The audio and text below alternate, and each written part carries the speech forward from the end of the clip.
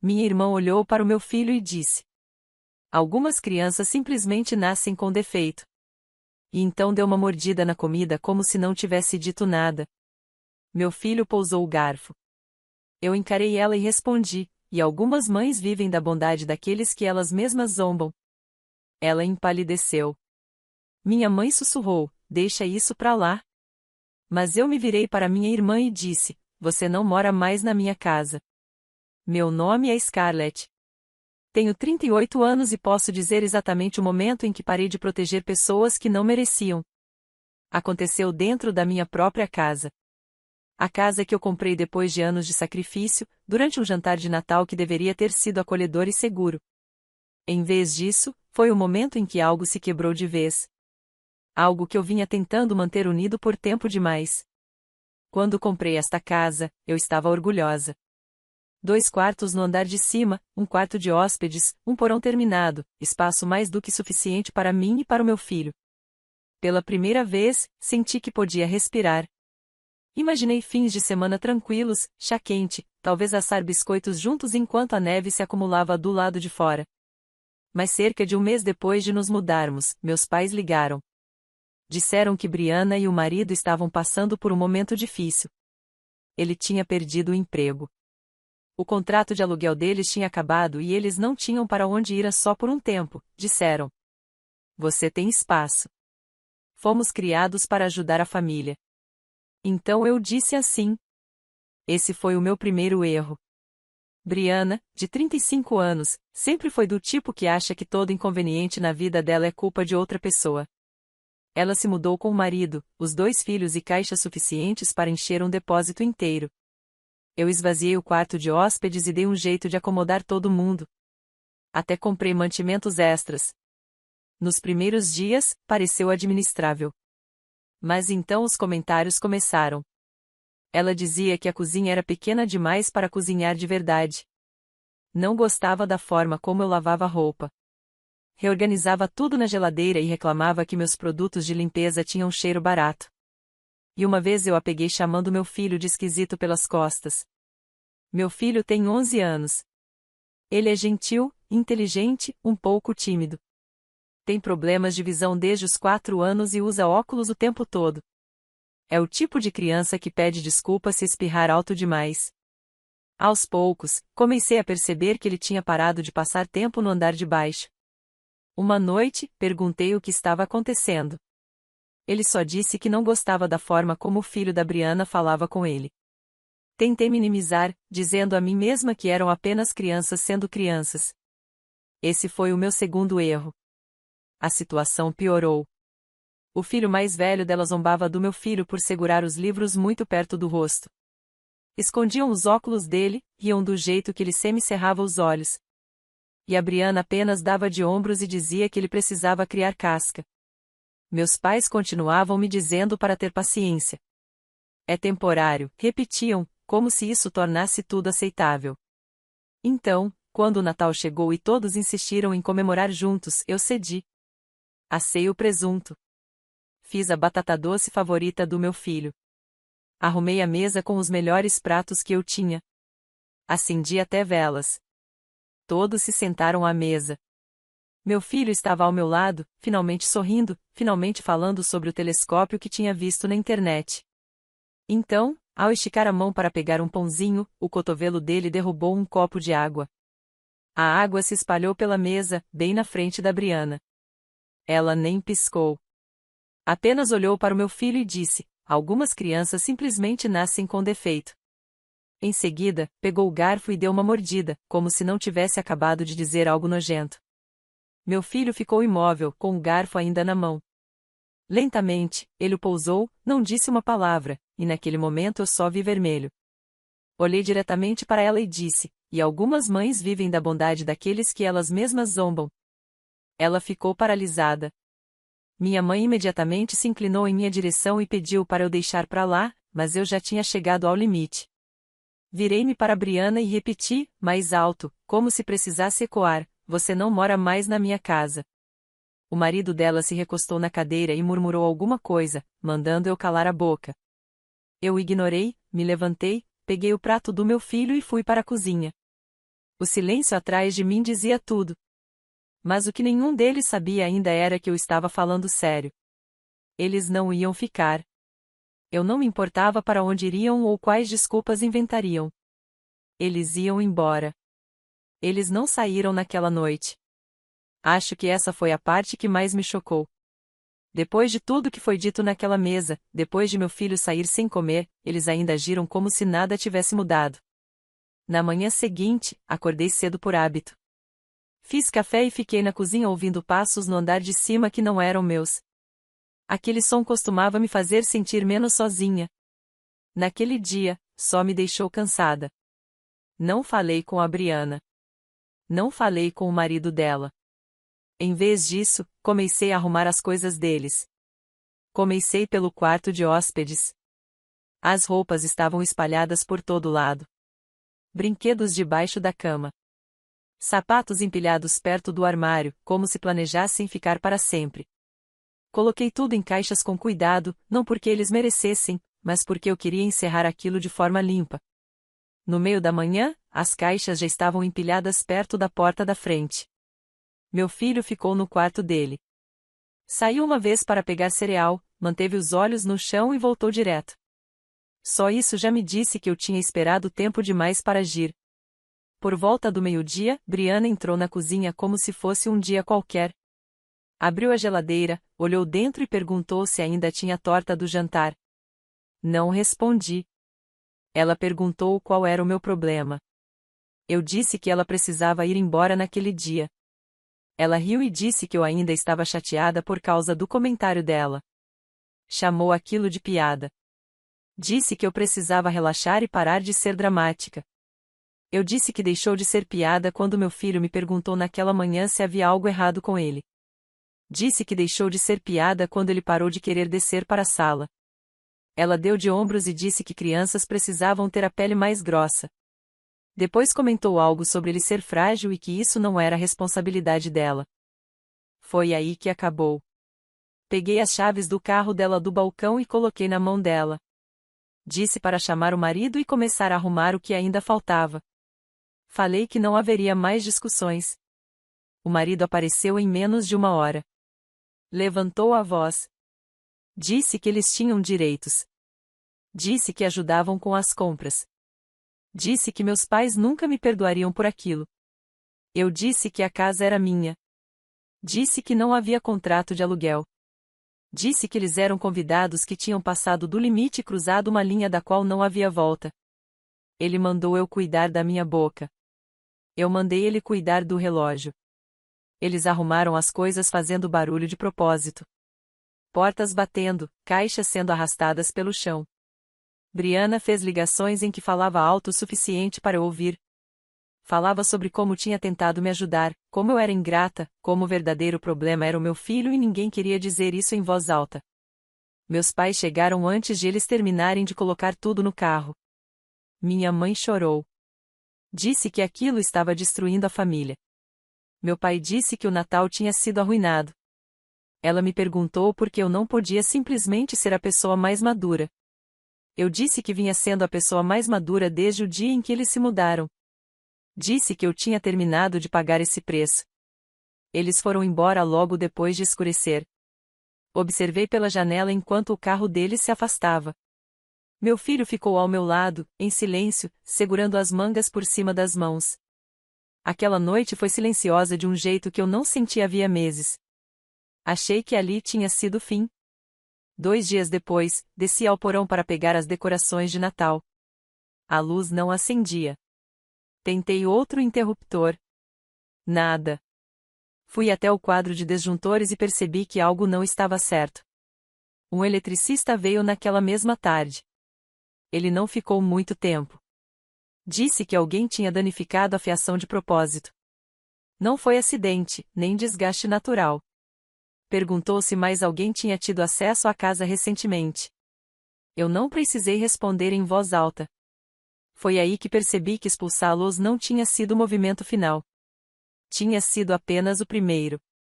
Depois que o eletricista foi embora, fiquei sentada no porão por um longo tempo.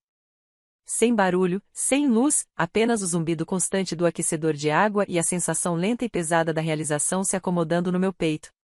Ele tinha me mostrado exatamente onde os fios tinham sido cortados. Não roídos, não desgastados, cortados. Limpos. Intencionais. Eu não chorei. Não entrei em pânico. Nem sequer me senti surpresa, e isso foi o que mais me incomodou. Voltei para o andar de cima e fiquei na cozinha, a mesma que a Brianna uma vez chamou de claustrofóbica. Meu filho estava no quarto dele, construindo uma estação espacial com peças de Lego. Ele não fazia ideia do que quase tinha dado errado na casa que eu deveria manter segura. E quanto mais eu pensava nisso, mais aquele silêncio, confortável, inocente, fazia meu sangue ferver. Esperei 2 dias antes de fazer qualquer coisa. Não contei ao meu filho. Não contei aos meus pais. Eu precisava ter certeza de que não estava agindo por emoção, mas, no fundo, eu já sabia quem tinha sido. Só havia 2 pessoas com motivo para serem tão mesquinhas, e apenas uma delas sabia exatamente onde ficava o quadro de desjuntores. Na terceira manhã, dirigi até a casa dos meus pais. O jardim da frente ainda tinha as mesmas renas de decoração que eles usavam desde os anos 90. Lembrei de quando eu era criança, ajudando meu pai a fincar as estacas no chão congelado. Agora, olhando para elas, tudo o que eu via era uma alegria forçada. O SUV da Brianna estava na garagem. A caminhonete do marido dela também. Estacionei atrás deles e desci do carro. Minha mãe abriu a porta antes mesmo de eu bater. Perguntou se eu tinha vindo para conversar. Eu disse que sim. Os olhos dela passaram rapidamente por trás de mim, provavelmente procurando meu filho. Eu disse que tinha vindo sozinha. Passei por ela e entrei na sala como tinha feito centenas de vezes antes. Só que, dessa vez, Brianna estava estirada no sofá, com uma das minhas antigas mantas enrolada nas pernas, comendo cereal numa tigela como se ainda morasse na minha casa. Ela levantou o olhar e me lançou aquele olhar presunçoso, vazio, nem sequer curioso, como se estivesse esperando por mim. Perguntei se ela tinha algo a me dizer. Ela piscou, arrastou a colher pela tigela e disse que não tinha tempo para drama. Eu disse que alguém tinha danificado o painel elétrico da minha casa, que não tinha sido um acidente, que alguém tinha cortado fios de propósito, fios perigosos, fios que poderiam ter causado um incêndio. Ela não respondeu. Apenas continuou comendo devagar, como se eu não estivesse ali. Dei um passo à frente e perguntei de novo se ela tinha algo a dizer. Foi então que ela finalmente olhou para mim e disse, com uma calma quase entediada, talvez a sua casa seja tão quebrada quanto você. O tapa aconteceu antes mesmo de eu perceber que tinha me movido. Foi rápido e seco, e o som ecoou naquela sala ridiculamente enfeitada. Minha mãe gritou meu nome como se eu tivesse cometido um crime grave. Meu pai se levantou da poltrona, mas não disse nada. Apenas observou. Brianna não chorou. Não disse uma palavra. Apenas segurou o rosto e me encarou como se não acreditasse que eu tivesse tido audácia. Minha mãe se colocou entre nós, implorou para que eu pedisse desculpas, disse que esse não era o caminho, que nós éramos uma família. Eu disse que não. Disse que a fiação da minha casa tinha sido sabotada e que a filha dela estava ali sentada fingindo que nada tinha acontecido. Perguntei se um incêndio também seria assunto de família. Ela disse que eu não tinha provas. Olhei diretamente para Brianna e disse que eu não precisava de provas. Eu sabia, e ela também. Então fui embora, entrei no carro e dirigi direto para casa, com as mãos tremendo. Não de arrependimento, não de medo, mas da crueza de finalmente fazer o que eu deveria ter feito anos antes. Naquela noite, o telefone começou a tocar. Primeiro minha mãe, depois uma tia de Ohio com quem eu não falava desde 2018. Depois um primo que, de repente, resolveu se importar profundamente com o estado da minha saúde mental. Brianna tinha começado a parada da pena. Contou a todos que eu bati nela, disse que eu tinha perdido o controle e estava tendo algum tipo de surto. As pessoas começaram a me mandar mensagens dizendo que estavam rezando por mim. Alguém perguntou se eu já tinha pensado em fazer terapia. Outra pessoa perguntou se eu iria pedir desculpas antes do ano novo para que a família pudesse seguir em frente. Bloqueei 6 pessoas naquela noite. Mais tarde, meu filho entrou no quarto segurando o caderno de desenhos. Perguntou se ainda faríamos nossa noite de filme de Natal. Eu disse, sim, claro. Assistimos a Esqueceram de Mim no sofá, debaixo da nossa própria manta, na nossa própria casa. As luzes ficaram acesas. A fiação não falhou. Foi a primeira noite em que finalmente senti que a casa voltava a ser minha. Mas eu sabia que não tinha acabado. O silêncio depois de tudo parecia errado. Limpo demais, controlado demais. Por alguns dias, nada aconteceu. Nenhuma ligação, nenhuma mensagem. Minha mãe não deu notícias. Meu pai não mandou nenhuma daquelas mensagens estranhas com emoji de joinha. Era como se eu tivesse sido apagada. Aquilo deveria ter parecido paz, mas, em vez disso, me dava um arrepio constante. Eu foquei no meu filho. Essa parte foi fácil. Assamos biscoitos, daqueles que espalham demais na forma, mas ainda ficam gostosos. Assistimos a vídeos sobre o espaço e a filmes antigos de Natal. Ele riu mais do que tinha rido em semanas. Parou de perguntar se estava de castigo. Só isso já me disse que eu tinha feito a coisa certa. Então, numa manhã cinzenta de terça-feira, alguém bateu à porta. Não foi a campainha. Foi uma batida firme, oficial. Abri a porta e vi um homem com uma prancheta. Ele se apresentou como inspetor da prefeitura. Disse que estava ali porque havia sido feita uma denúncia sobre trabalho elétrico realizado sem permissão. Meu estômago afundou, mas mantive o rosto neutro. Disse que não tinha feito nenhum serviço elétrico. Ele respondeu que tudo bem, que só precisava dar uma olhada. Enquanto examinava o painel, perguntou há quanto tempo eu morava ali, quem mais tinha acesso à casa, se havia tido conflitos recentes. O tom dele era calmo, mas as perguntas não eram aleatórias. Eu disse a verdade, que familiares tinham se mudado recentemente, que alguém tinha danificado a fiação antes de eu chamar um eletricista. Mostrei a ele a nota fiscal, as fotos, tudo. Ele assentiu, fez anotações e disse que parecia que o dano tinha sido feito de forma intencional, antes de qualquer reparo. Antes de ir embora, ele parou e disse algo que eu não esperava: quem fez a denúncia não se ajudou em nada. Depois foi embora. Fechei a porta e fiquei ali parada, deixando o silêncio se instalar novamente. Briana não queria apenas me machucar emocionalmente.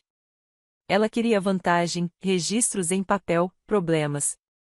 Queria me ver estressada, duvidando de mim mesma, com medo. Naquela noite, enviei um e-mail ao eletricista pedindo uma declaração por escrito.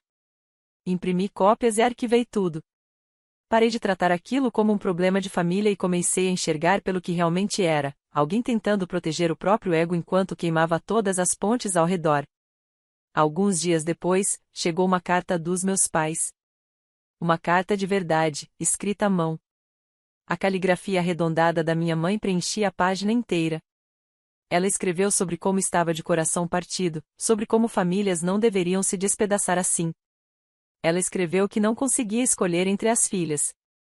Que me convidava para um jantar de ano novo. Um recomeço, segundo ela. Não havia nenhuma menção à fiação, nenhuma menção ao meu filho, nenhum reconhecimento do que a Briana disse à mesa. Apenas um convite para fingir que nada tinha acontecido. Dobrei a carta e a coloquei numa gaveta. Não respondi. O contato seguinte veio do marido da Briana. Uma única mensagem: você acha que venceu? Você não sabe de tudo. Não respondi. Bloqueei o número. Mas aquela mensagem ficou na minha cabeça por mais tempo do que eu gostaria de admitir.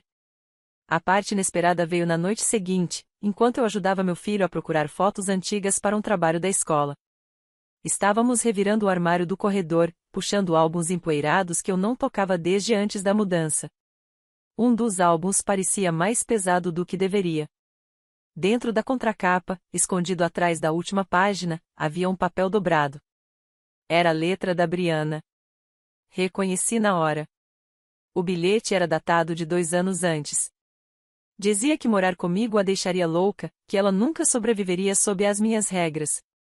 E, logo abaixo, escrito depois, com uma tinta mais escura, dizia que, se ela jogasse as cartas certas, não precisaria se preocupar com isso. Sentei no chão segurando aquele bilhete, com o coração disparado, não por choque, mas porque, de repente, tudo fazia sentido. A sensação de direito, a confiança, a forma como ela agia como se a minha casa já fosse dela. Aquilo não era desespero. Era expectativa. Coloquei o bilhete em um plástico protetor e o guardei junto dos meus documentos importantes. Não contei aos meus pais. Não contei a ninguém. Algumas coisas você não revela imediatamente. Você guarda. Protege. Espera. Naquela noite, ao colocar meu filho na cama, ele me perguntou se ainda passaríamos o Natal sozinhos. Eu disse que sim. E, pela primeira vez, falei isso como uma promessa, não como uma perda. O ano novo veio e passou. Nenhum pedido de desculpas, nenhuma confissão, apenas um silêncio tão alto que parecia ter peso. Não fomos ao jantar da família. Não enviei uma desculpa educada nem um sorriso falso de fim de ano. Simplesmente não apareci. E, de alguma forma, esse único ato, não fazer nada, causou mais barulho do que qualquer coisa que eu tivesse feito antes. No dia seguinte, minha mãe deixou uma mensagem de voz. A voz dela tremeu do começo ao fim. Ela não perguntou como eu estava, não perguntou pelo meu filho. Disse que estava devastada, que não entendia por que eu estava me isolando, que eu estava machucando todo mundo, que tinha deixado o amargor envenenar a família. Disse que eu estava colocando meu filho no meio disso tudo. Essa parte realmente me atingiu, porque, pela primeira vez em toda essa confusão, ficou claro que ela nem sequer percebia quem tinha estado protegendo o tempo todo. O que ela não sabia, e provavelmente ainda não sabe, é que meu filho estava dormindo melhor, sorrindo mais, que não se encolhia toda vez que alguém levantava a voz no corredor. Naquela noite, ele me perguntou se no ano seguinte poderíamos decorar a casa só para nós. Ele disse, finalmente é a nossa casa de novo. Então, não, eu não estava colocando meu filho no meio de nada. Eu estava tirando ele disso. Mas eu deveria ter sabido que a Brianna não iria parar. Pessoas como ela não saem em silêncio. Elas apenas encontram novos palcos. 3 dias depois daquela mensagem de voz, recebi uma mensagem de uma mulher com quem eu não falava desde um casamento, 5 anos atrás. Ela me enviou um print do Facebook privado da Brianna. Um texto longo e choroso sobre ter sido expulsa durante as festas por alguém que ela tentou ajudar, acompanhado de fotos borradas dos filhos sentados em uma cama de motel, com cara de tédio. Os comentários fizeram meu sangue gelar. Pessoas perguntando para onde poderiam enviar dinheiro. Uma mulher escreveu: algumas irmãs simplesmente nascem quebradas. Outra comentou: ninguém merece o que você está passando, muito menos esses meninos. Ela tinha se colocado como vítima, mas dessa vez em público. Depois vieram as ligações da família. Um primo do Oregon me perguntando se eu tinha surtado. Um tio que eu mal conhecia perguntando se era verdade que eu tinha batido na Brianna e depois dito aos filhos dela que eles não valiam nada. Outro perguntou se eu os tinha expulsado por ciúme. Ciúme? Essa ficou ecoando na minha cabeça o dia inteiro. Não respondi a nenhuma delas. Apenas me sentei, puxei a pasta que eu vinha montando e acrescentei a próxima página, o print do post dela, impresso. Naquela noite, meu celular vibrou com um número que eu não reconhecia. Era o eletricista. Ele tinha finalizado o relatório para a prefeitura, confirmando que a fiação tinha sido adulterada antes de ele ser chamado e que havia sinais claros de dano intencional. Disse que já tinha encaminhado o relatório ao departamento de inspeção para encerrar o caso. Acrescentou ainda que quem fez a denúncia, e ele tinha certeza de que foi por despeito, talvez devesse pensar 2 vezes antes de registrar acusações falsas. Agradeci e desliguei. Depois imprimi aquilo também e arquivei. Na manhã seguinte, dirigi novamente até a casa dos meus pais. Dessa vez, não levei um sorriso no rosto. Não fui em busca de paz. Meu pai abriu a porta e parecia não saber se me abraçava ou se chamava ajuda. Passei por ele. Minha mãe estava na cozinha. Brianna não estava lá. Não sei se estava escondida ou simplesmente tinha saído, mas não perguntei. Coloquei a pasta sobre a mesa de jantar e a abri, o relatório do eletricista, as fotos do painel danificado, o print do post da Brianna e, no fundo, a cópia do bilhete que eu tinha encontrado no álbum de fotos. Eu não gritei. Apenas disse a eles que, se a Brianna, o marido dela ou qualquer pessoa falando por eles tentasse espalhar mais uma mentira em público, eu tornaria tudo o que estava naquela pasta público também. Eu registraria um boletim. Mostraria o bilhete à prefeitura. Iria à polícia, se fosse preciso. E então eu disse algo que nunca imaginei dizer para minha própria mãe: proteger alguém assim também te torna responsável. Ela não discutiu. Não chorou dessa vez. Apenas ficou ali, em silêncio. 3 dias depois, alguém me mandou uma mensagem de um número desconhecido. Era uma foto da Brianna sentada no estacionamento de motel, fumando ao lado de um carrinho de bebê quebrado. A legenda dizia apenas: ela não está nada bem. Sem nome, sem explicação. Não respondi, mas por um segundo quase senti pena dela. Quase. No dia seguinte, cheguei em casa do trabalho e percebi que a garagem tinha um cheiro estranho. Amargo, químico, quase metálico. Abri a porta da garagem e vi. Uma poça marrom embaixo do aquecedor de água se espalhava lentamente pelo concreto. No começo, pensei que fosse ferrugem ou um vazamento pequeno. Mas havia algo errado. Ajoelhei e verifiquei a válvula. Havia um resíduo oleoso ao redor da válvula de pressão, não era água. Alguém tinha colocado alguma coisa ali. O aquecedor tinha sido adulterado. Liguei para o encanador. Ele chegou em menos de 1 hora. Depois de 5 minutos, olhou para mim e perguntou se eu tinha inimigos. Disse que alguém tinha despejado alguma substância na válvula de pressão. Algo que poderia ter feito o tanque romper ou até explodir se a pressão tivesse aumentado mais. Ainda não tinha acontecido, mas tinha chegado perto. Eu não chorei. Apenas perguntei com que rapidez poderíamos substituir o equipamento. Ele disse que conseguiria instalar um novo até o fim da semana. Entrei em casa, sentei no chão com meu filho e ajudei ele a terminar um quebra-cabeça do sistema solar. Não falamos sobre a garagem. Ele não precisava saber. Mas eu sabia, mais do que nunca, uma coisa: isso ainda não tinha acabado, porque ela não tinha sido exposta de verdade.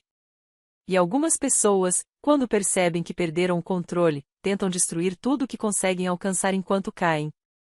O encanador trocou o aquecedor em 5 dias. Precisou encomendar uma peça de outro estado. Quando terminou, me entregou a papelada e disse que o tipo de dano que encontrou não acontece por acidente. Falou que parecia que alguém tinha colocado fluido de freio na válvula, algo corrosivo, não algo que se tenha por acaso em casa. Perguntei se eu deveria denunciar. Ele me olhou como quem queria dizer que sim, mas não queria se envolver. Apenas respondeu: se fosse meu filho morando nessa casa, eu denunciaria. Naquela noite, depois que meu filho adormeceu, fui até a garagem e fiquei ali parada, encarando o aquecedor antigo, agora desligado, encostado na parede como algum tipo de prova. Pensei em tudo.